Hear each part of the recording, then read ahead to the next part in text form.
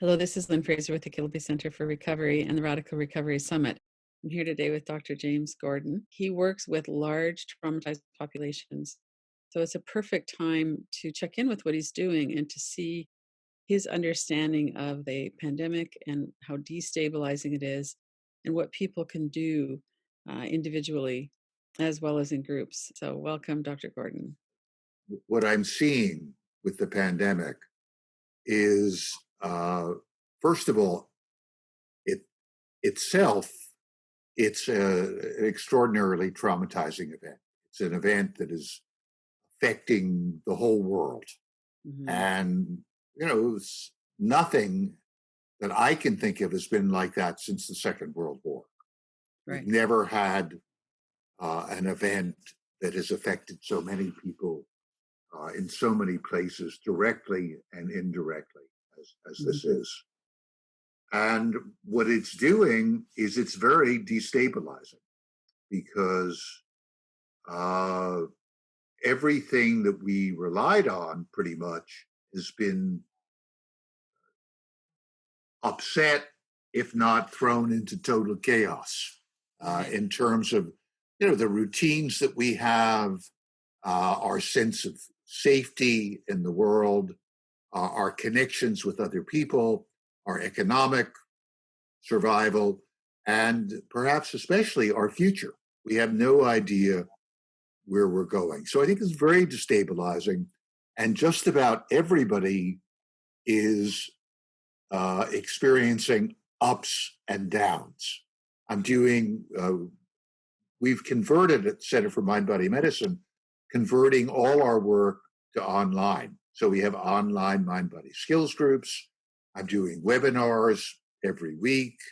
Hmm. Uh, a lot of people, we're encouraging a lot of people to read the transformation online and to buy e-copies because it's easier for many of them than Yeah. ordering copies. Um, all our meetings are online, all our connections with other people, all our negotiations. So everything is different. And we're losing, on the one hand, we're losing that sense of personal connection that we have. Now, that's all happening. The other thing that's going on, and this is, I think, particularly relevant to people in recovery, is old conflicts, old challenges, old trauma, old physical and psychological pain are resurfacing with a vengeance. So, um, for example, a lot of people who've been uh, sexually traumatized, those feelings. I just did a webinar that people can see if they go on the CNBM website. Next Friday, it'll be aired. And I was doing drawings, and some of the drawings were of a young woman who, when doing a drawing of her biggest problem, she drew herself underneath a boulder and no mouth, sort of lying there, this little stick figure with a huge boulder on top of her. And she said, "That's sexual trauma I experienced years ago. I wasn't thinking about it, but it's come up. It's come back because the same feelings of being overwhelmed, of not being able to get away, and not having a voice to deal with it are coming up now with the virus. I feel I can't get away. It's overwhelming. And I can't do anything to stop it." So that kind of analogy sort of is working on her whole mind and body unconsciously. She wasn't thinking about it and bringing up the past trauma. Similarly, people who have issues with abandonment and loss from before are feeling it, and I'm one of those people. I can feel at times a kind of loneliness that I haven't experienced in this way for many, many years. But I can feel it because I am isolated in certain ways now. So all of that's happening. on the one hand. The other thing that's going on is that the conventional ways of working with psychological distress and with trauma are not working for people. And what's being recommended, you know, call a hotline. It's okay. Get in touch with a therapist. It's okay. But that's not what's needed. What we need is a way of working with the whole population, a way of working with whole institutions, whether they're hospitals where frontline healthcare workers are, or nursing homes, or schools, or community-based programs. We need to move into a kind of whole community healing program. So that's what's missing. And in a way, for me and for the Center for Mind Body Medicine, that's the challenge. That's the work that we've been doing, as you know, in war zones and, you know, after climate related disasters and communities affected by the opioid epidemic. So the challenge for us is how to implement that on scale. And I think the challenge and also the opportunity for everybody who's in the field of mental health or education is developing those kinds of programs. It's time for everybody to wake up to the need of doing that. Right. Right. And a number, you know, some of the large organizations that we're working with are saying, oh, we're really glad that you're with us and that you're doing that. And other people are reaching out to us who haven't reached out to us before. Some major corporations, major hospital systems, organizations of health professionals, school systems. And so I think that's, you know, the potentially positive side that may come out of this pandemic. Hmm. So, what kinds of work do you do, like with a major hospital system or a school system? Because Well, just the immensity of the trauma, but this is right. This is exactly what you do. You work with large groups of people, so you're perfectly situated for this. yeah, well, I mean, what we do, I mean, in the emergency situation, you know, we're providing webinars and mind body skills groups online. But the long term, which I'd like to start as soon as possible, is training a critical mass of people in the institution in these techniques of self care and how Mm, to work with groups, and then equipping them to integrate what we're teaching them into their ongoing work. So that's the goal. And so, for example, in Broward County, Florida, where they had the school shootings a couple of years ago, we've right. been working there for a couple of years, and they are ready to double the number of people we've trained over the next year. And that's the hope because they see, you know, they've got 270,000 kids in the system, 30,000 employees, and they Mhm. want it. So we're going to be training another 300 people anyway in that system. So they Mhm. can integrate it into classrooms, into, you know, work uh, with the coaches. Clinicians can use our model. We're going to be training a bunch of peer counseling teachers so they can help the peer counselors, the high school kids, to use this with other kids. And it's Ah, basically also kind of opening a culture, aside from the specifics of the training, it's creating a culture in which it is possible to talk about what's going on instead of pretending it's not there, you know, right. whether that's a classroom or a hospital.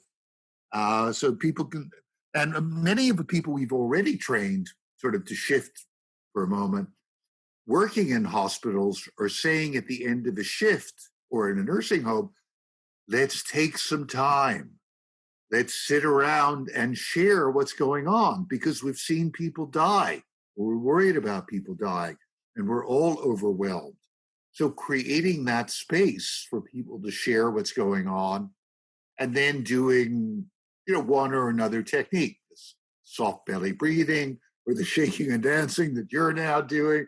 You know, we're all tense, so let's shake our bodies for 5 minutes Yes. and Yeah. feel a little more relaxed. And so understanding that that's part of the process of creating a healing and environment. Right. Right. Yeah. Well, and it's body based, which is where we feel the fear and the distress and the grief. We really need to be able to move that through our body, which I love what you do.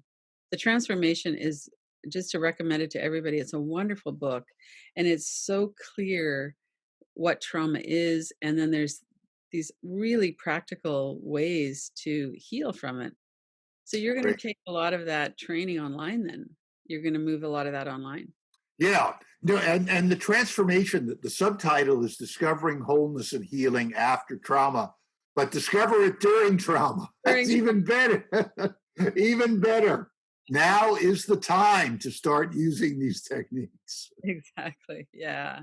Um, yeah, we'll be doing an online training this summer, and Okay. anyone who is who's hearing this message, anybody who's working with other people and wants to learn this method that we've been using now for 30 years is Right. welcome to join the training. The basic criteria: you don't have to be a health professional. Hmm. Maybe 80% of the people in the training are health or mental health professionals, but Hmm. we always have a lot of teachers, we have police, we have firefighters, we have um, veterans who are peer counselors. We have teenagers who are going to do peer counseling programs. So, we want those people who are the healers and helpers in their community to learn from us and to use what we're teaching. So, the first phase, we'll be having a number of online trainings this coming year because I don't know when we're all going to be able to get Exactly. together. Right. So we're starting with the first one will be this July. People should look at our website, cmbm.org. Hmm. Um, we have give some partial scholarships to people who are working with the underserved who don't have substantial incomes. We want to be able to have as many people as possible come to the trainings. That's part of the problem that everyone is dealing with Right. is the uncertainty about everything. Hmm. Hmm. And we know that there are some blessings and some good things, but there's also a lot of loss. And that's the predominant feel of this. It's loss, it's grief, it's destabilizing, like you said. No, I agree. I think, and what we have to do is honor that, give Yes. ourselves time to grieve. I mean, as I said, my brother died at the beginning of the pandemic here in the U.S., and I need to give myself time. I kind of set aside some time in the morning when I cry. And if it comes up any other time, I take some time. I mean, I think we do have to, because if we don't, we're going to be in much bigger trouble. If we don't honor those losses and that grief. And again, that needs to be part of our cultural understanding. I mean, I don't know about Canada, but in the US, it's got to move ahead. The show must go on, suck it up, those kind. And, it doesn't work terribly well. I've seen this where people are going through grief and loss and anxiety where they don't honor it, they don't give themselves the time. It just keeps on building up, and affecting us physically and psychologically as well. Well, and then there's the increase in alcohol and drug use, which we're seeing. Very understandable to work with. Not a very good long-term solution. No, it's understandable. Of course, it relieves anxiety. It helps to dampen those painful memories. So does tobacco. That's why people smoke more. I mean, it's all, but obviously the long-term consequences are very, very serious. I don't know. One of the things that's interesting for me, I mean, I'm fond of drinking. I haven't been drinking at all. And I'm not, it's not even particularly conscious. It's more like, "Hmm, okay, just let me be the way I am. Let me go through what I need to go through. And sometimes it's sadness, but if I can let the sadness come, there's a lot of laughter. Every once in a while now I'll have a drink, but it's different. And it's kind of a curious thing for me to see that. That is interesting, isn't it? Yeah. I think one thing that's probably true for most of us is our patterns are shifting. Some of the old traumas coming back, maybe a surprise. And it's like, wow, I thought I'd kind of healed all of that. And here it comes again in a different way. And Yeah, I think your patterns are shifting. One thing I think it's important, though, the word pattern brought it up, is it's really good to have some kind of routine, some kind of schedule. I think I mean, that's been true for me. I'm much more of a schedule than I usually have. And I think in general, during this kind of time, when everything is so uncertain and so unstable, it's extraordinarily helpful to know I'm going to get up in the morning and this is the kind of thing I'm going to do. And then midday, this is likely to happen. At the end of the day, something else. And it may be very different from what it's been before. For example, I now have often I'll have 5 or 6 little meals instead of big meals. It just seems to be working that way.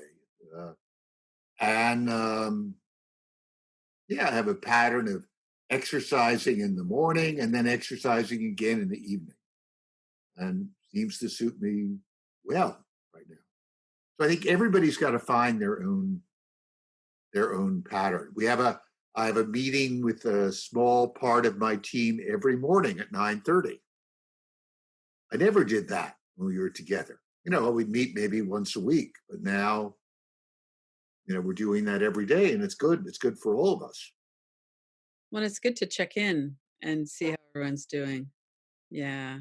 That's another thing that one of the things that's really important that for people who are working with other people is the way we're talking on Zoom we have a staff of 30 people.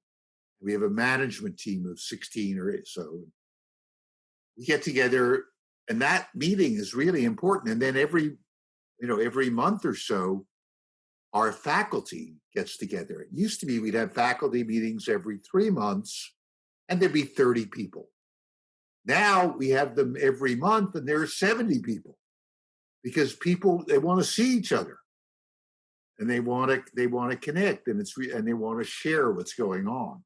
So I think that needs to be part of whatever organization that we need to respect and honor that coming together during this time. And it's really important to have that opening, to be able Hmm. to do that. Do that. And Yeah. it may, in the long run, I think it can make relationships and organizations a lot healthier Hmm. Hmm.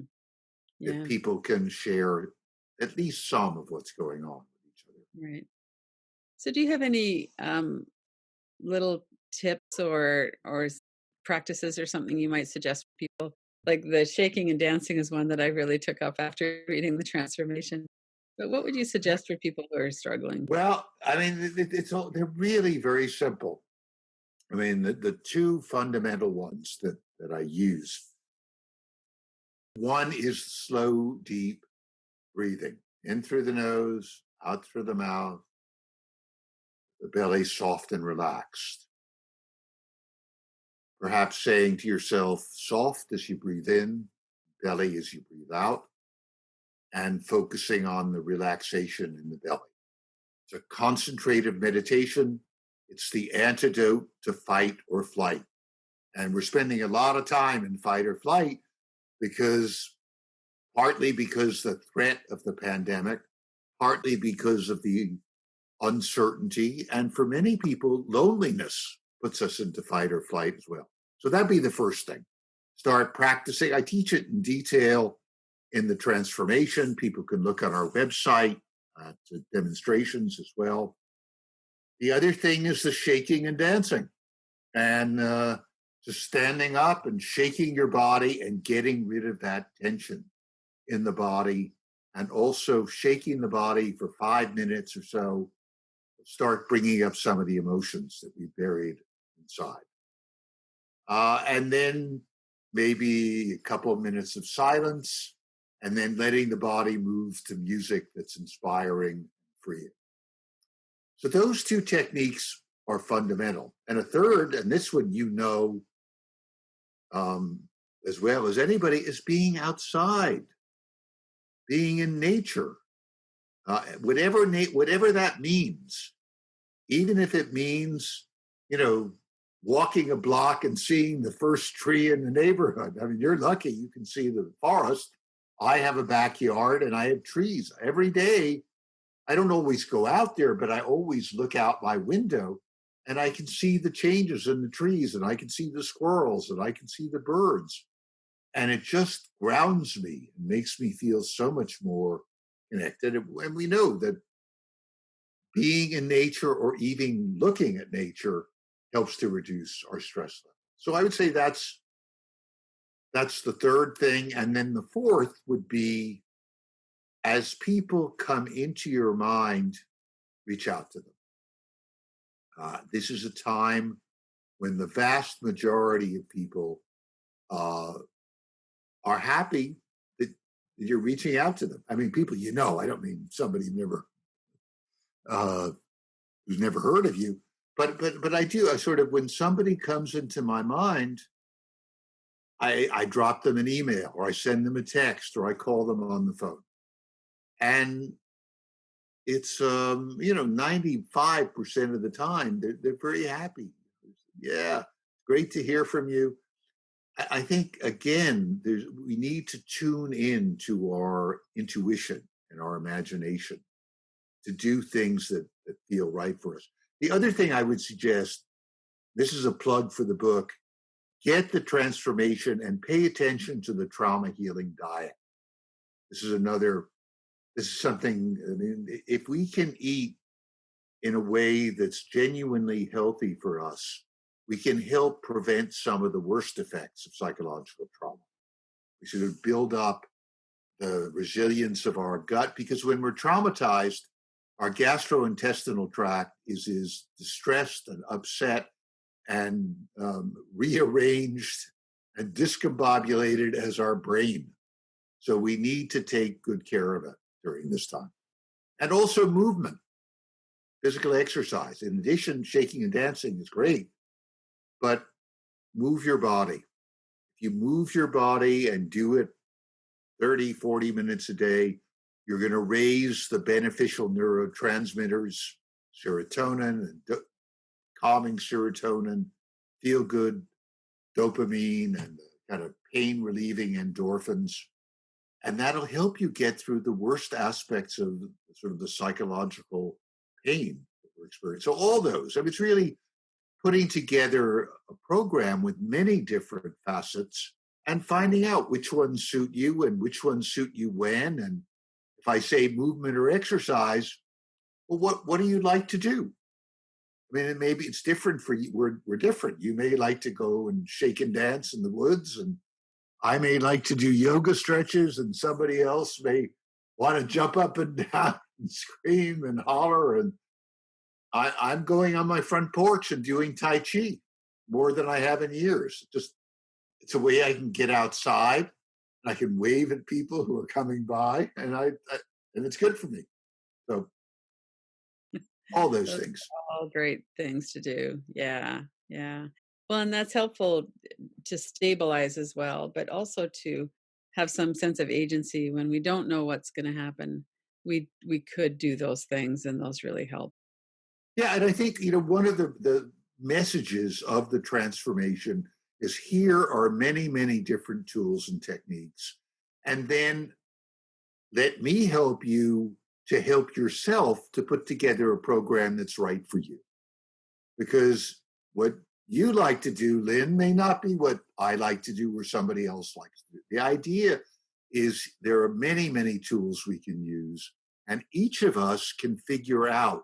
We start paying attention to our head and our heart, and as the Japanese say, the hara, the dantian, the Chinese, the energy center. then we know, what should I do now? Should I move? Should I sit? Should I do some drawing? Should I use my imagination? So we can put together programs that work for ourselves. Yeah, very good. So your website again? cmbm.org, Charlie Mary, Betty Mary.org. Take a Okay. look. And people can join online MindBody skills groups. They're going on. We have 60 groups going now. Within a couple of weeks, we'll probably have 100 groups going. Oh, that's amazing. Yeah. Yeah. Yeah. So it's That's certainly one that. of the wonderful things about everyone being online now is that you can join in from anywhere in the world and you can find something that really suits you. So those support groups sound amazing. Yeah. Yeah. That's true. Yeah. Well, thank you very much. Thank you, Lynn. Thanks so much. It's great to be with you again. The Kilby Center for Recovery is reaching out to some of the people we've interviewed for the Radical Recovery Summit. We're asking, how can you support people that are struggling during the COVID-19 pandemic? There is a range of programs and support that people are offering, as well as ways to frame this. What is it that's happening inside of you during this time? Come to radicalrecoverysummit.com to click right through to the interviews.